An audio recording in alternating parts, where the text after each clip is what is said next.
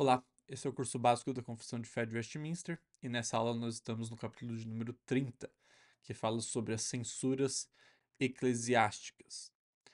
O capítulo diz o seguinte: O Senhor Jesus, como rei e cabeça da sua igreja, nela instituiu um governo nas mãos dos oficiais da igreja, governo distinto da magistratura civil. Que ele está dizendo? Deus instituiu a igreja, Deus instituiu o Estado. Deus deu uma liderança, como já vimos em capítulos passados, né? Deus deu uma liderança instituída por ele mesmo para governar o Estado, e Deus deu uma liderança para governar a igreja. E essas coisas não podem ser misturadas, uma liderança distinta de outra e atuam em esferas diferentes. A esses oficiais estão entregues as chaves do reino do céu, que é uma linguagem que a própria Bíblia utiliza, né? Quando a, a disciplina, né? A censura eclesiástica é instituída pelo próprio Jesus. Em virtude disso, em virtude de as chaves do reino do céu estarem com esses oficiais instituídos por Jesus, eles têm, respectivamente, o poder de reter ou remitir pecados. Então, não é que eles podem perdoar pecados, mas é que na medida que Deus atua sobre a igreja e deu esse poder das chaves para os oficiais, né, para a liderança da igreja, quer dizer que aquilo que for é, dentro do processo que o próprio Jesus instituiu, aquilo que for decidido, Jesus diz lá em Mateus que já terá sido decidido no céu. Então, Deus sempre vai, ah, quando o processo é devidamente realizado, segundo os padrões que Jesus ensinou, Deus sempre vai estar com a decisão da igreja. Então, isso é o poder das chaves. Então, se a igreja disciplina alguém dizendo: olha, você é um gentio publicano, você não faz parte dos crentes porque você. Não é porque você é uma pessoa pior, né? Porque na verdade só tem dois tipos de pessoas no mundo. Os dois tipos são pecadores, mas um é um pecador arrependido e o outro é um pecador não arrependido. O processo de censura eclesiástica, a exclusão de alguém que passou por uma disciplina, é uma forma de evidenciar que a pessoa nunca se arrependeu, tá? Que é uma pecadora não arrependida. E, portanto, não sendo arrependida, a igreja está testificando que aquela pessoa ah, não é cristã e, portanto, não tem os seus pecados perdoados. Não porque a igreja pode perdoar ou não pecados, mas porque ela reconhece, e Deus deu autoridade para a igreja assim reconhecer que a pessoa não é arrependida ou não. Por isso que num processo disciplinar, a coisa mais importante é nós avaliarmos os frutos de arrependimento. Porque a pessoa pode estar lutando com um pecado, mas ela estar se arrependendo, ela estar lutando, né? Mas uma vez que a pessoa deixa de lutar, que a pessoa demonstra nenhum tipo de crescimento, então com certeza não há arrependimento e a igreja deve ter a, a ousadia, coragem, em obediência ao Senhor, a comunicar, né, a pessoa e a igreja que aquela pessoa não é, pelo menos naquele momento, uma cristã, né, e não faz parte da comunhão dos crentes. Tá? Então é nesse sentido que fala do poder de reter ou remitir pecados, né, que ela pode ah, anunciar certas coisas com a autoridade do próprio Deus. E é nesse sentido que lá em Mateus fala, né? Que onde tiverem dois ou três reunidos em meu nome, ali estarei, Jesus fala. Aí as pessoas usam isso para reuniões de oração, que vem duas ou três pessoas, e aí fala, ó, oh, Jesus está aqui porque onde tiver dois ou três em meu nome, ali estarei. Mas, tipo, Jesus está quando tem uma pessoa no quarto sozinho orando, entendeu? Não precisa ter dois ou três. Não é nesse sentido que o texto está falando. O texto está falando dentro de um contexto de disciplina eclesiástica. E que aí, nesse sentido, Deus está presente, né? Jesus está presente, concordando com o que está acontecendo, quando tiverem pelo menos dois ou três. Ou seja, ninguém pode disciplinar outra pessoa sozinho. Tá? E o que, infelizmente, em algumas denominações, isso tem acontecido. Né? O pastor vai lá, que é o é o manda-chuva de tudo, né? É o que decide todas as coisas. Ele vai lá, vê algum problema, vê uma situação, ou às vezes alguém fere um parente ou um amigo do pastor, ele vai lá e ele, de pronto, sozinho, ele diz que a pessoa está disciplinada, ele diz que a pessoa está excluída, mas Jesus está dizendo que onde tiverem dois ou três, ou seja, mais do que uma pessoa, oficial da igreja, concordando, passando pelo devido processo regular de disciplina e concordarem, Deus estará validando isso, né? Esse é o ponto. Ah, então, eles têm, respectivamente, poder de reter ou remitir pecados, fechar esse reino a impenitentes, tanto pela palavra como pelas censuras, abri-lo aos pecadores penitentes pelo ministério do evangelho e pela absolvição das censuras quando as circunstâncias o exigirem. Então, por exemplo, alguém foi excluído, mas a pessoa se arrependeu, ela pode voltar e a igreja tem, né, representada pelos seus oficiais, tem esse poder de restaurar a pessoa e da mesma forma Deus estará validando isso quando feito em nome dele, quando feito da maneira ah, própria que Jesus instituiu, né? Não de maneira equivocada, não de maneira política ou com qualquer outra intenção pecaminosa, quando isso não acontecer e o processo todo for feito da maneira como o próprio Jesus instituiu, então ele estará concordando com o que está sendo realizado ali. As censuras eclesiásticas são necessárias para chamar e ganhar para Cristo os irmãos ofensores, né, os irmãos em pecado, para impedir que outros pratiquem ofensas semelhantes. Então, aqui, na verdade, esse parágrafo ele vai falar sobre os propósitos da censura eclesiástica, né? Da disciplina eclesiástica, que nada mais é do que quando o processo de Mateus 18, né? O famoso processo de Mateus 18. O seu irmão pecou contra você, então vai arguí-lo, vai exortá-lo entre ti e ele somente. Primeiro estágio. Você e ele somente. Não leva para ninguém, não conta para ninguém, não leva para outra pessoa, não leva nem para o pastor. Vai exortá-lo pessoalmente. Diga isso. Se ele te ouvir, Jesus diz em Mateus 18, você ganhou seu irmão. Ele se arrependeu, ele está mudando, você vai até ajudar ele e acabou.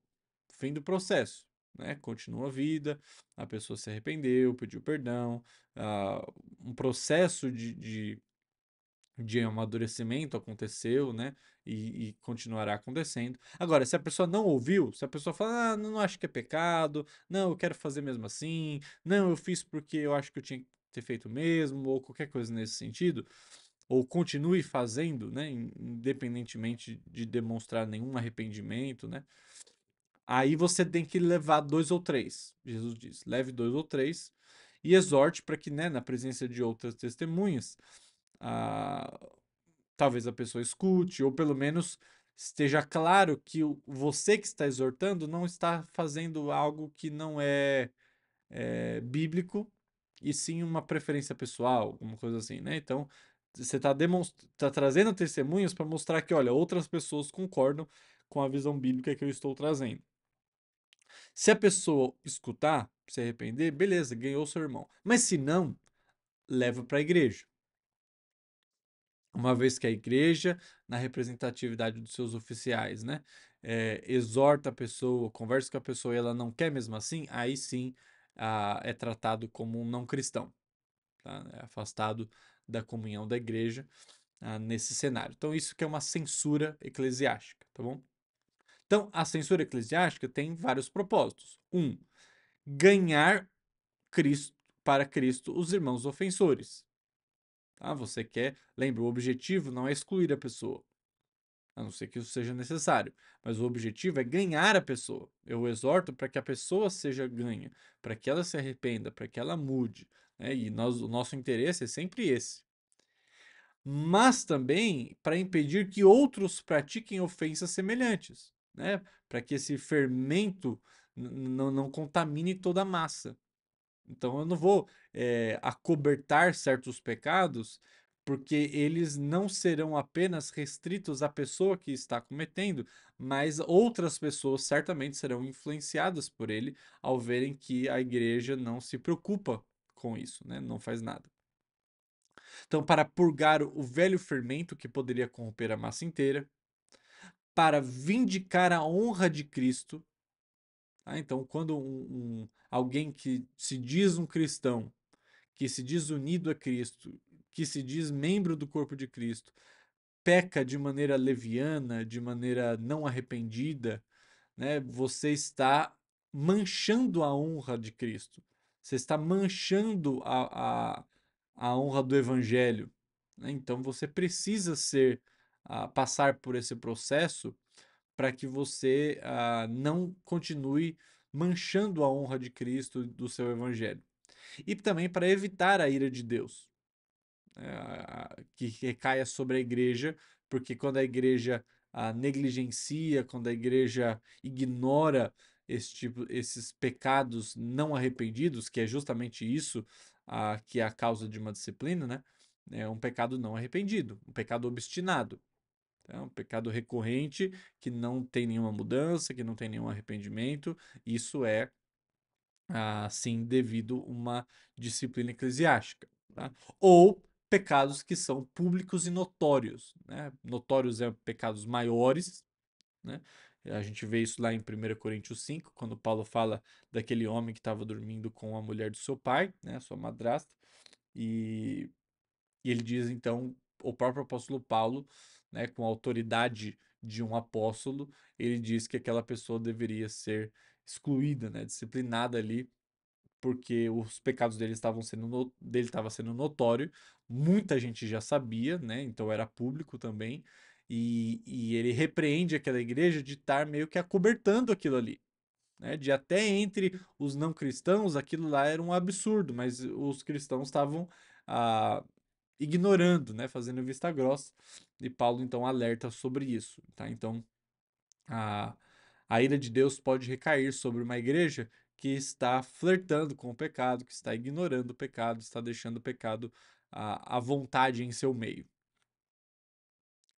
Então, para evitar a ira de Deus, a qual com justiça poderia cair sobre a igreja se ela permitisse que o pacto divino e os seios dele fossem profanados por ofensores notórios e obstinados, que é o que eu acabei de falar.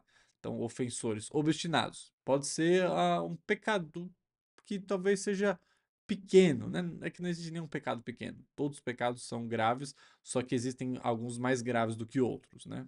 Existe essa gradação bíblica de pecado, a gente já viu isso em outras aulas. Ah, mas pode ser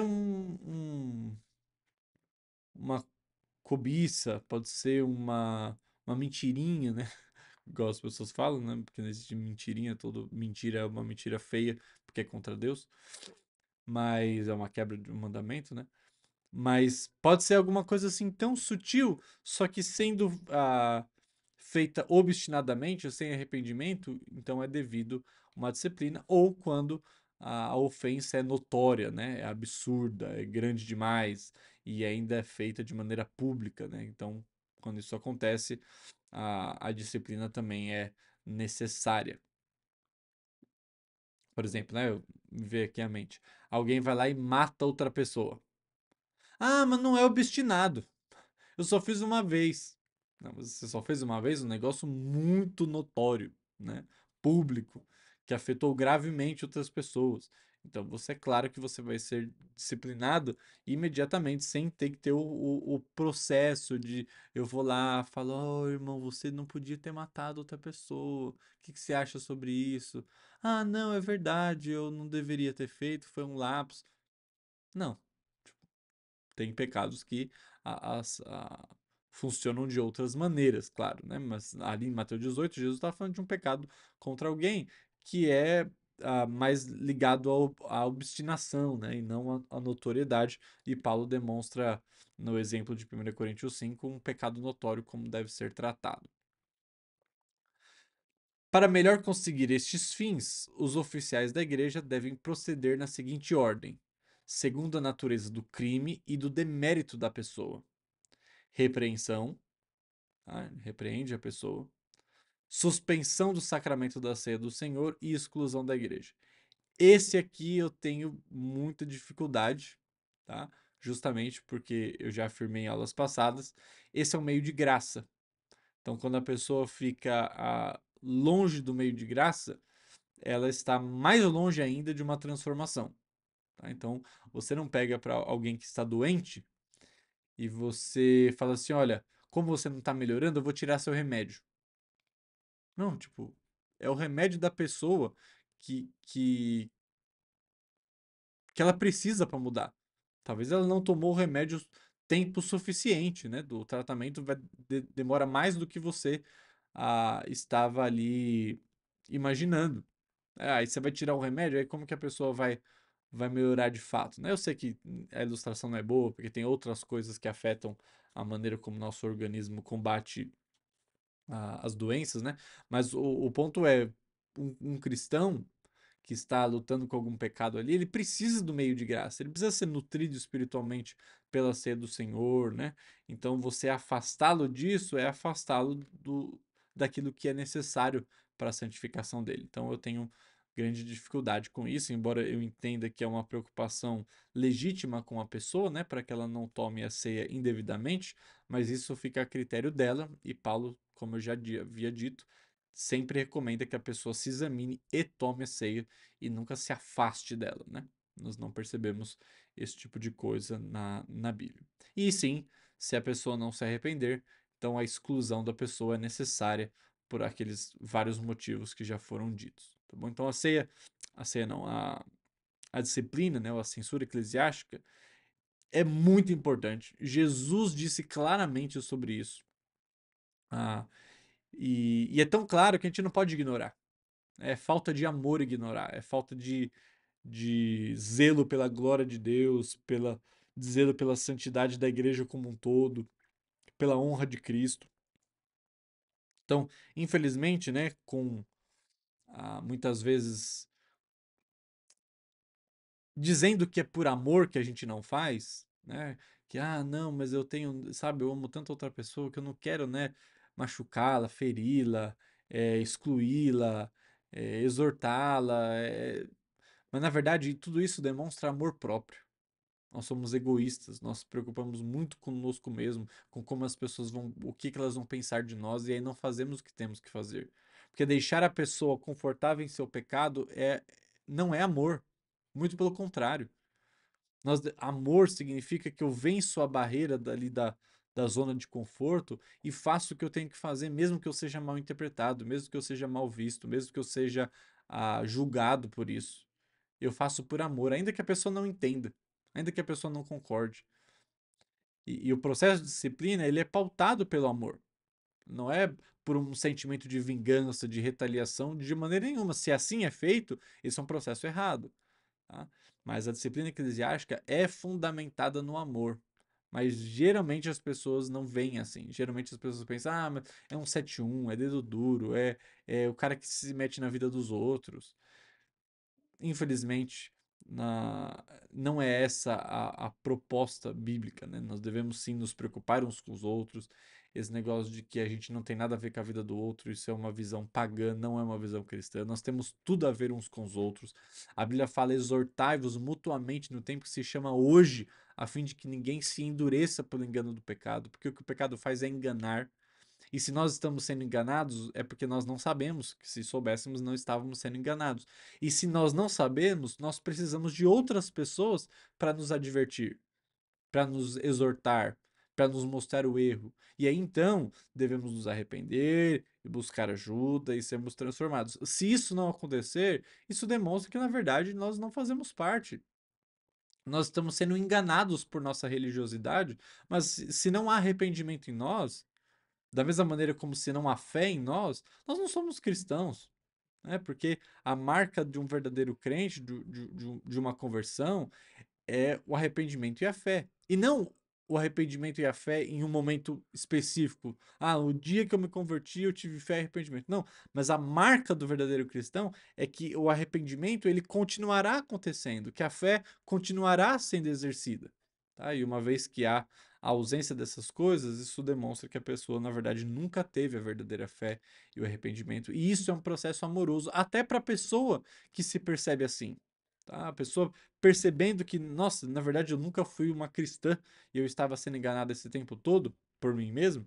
Isso dá uma oportunidade, como muitas vezes já aconteceu na história da igreja, de pessoas que então, uma vez percebendo isso, voltaram, mesmo após serem excluídas, a igreja, mas agora verdadeiramente redimidas, né? Verdadeiramente convertidas, verdadeiramente salvas, e então puderam desfrutar da verdadeira comunhão dos crentes, sem mais aquele estilo de vida obstinado, de pecados notórios, não arrependidos. Tá? Então, esse é um capítulo muito importante que define se uma igreja é saudável ou não.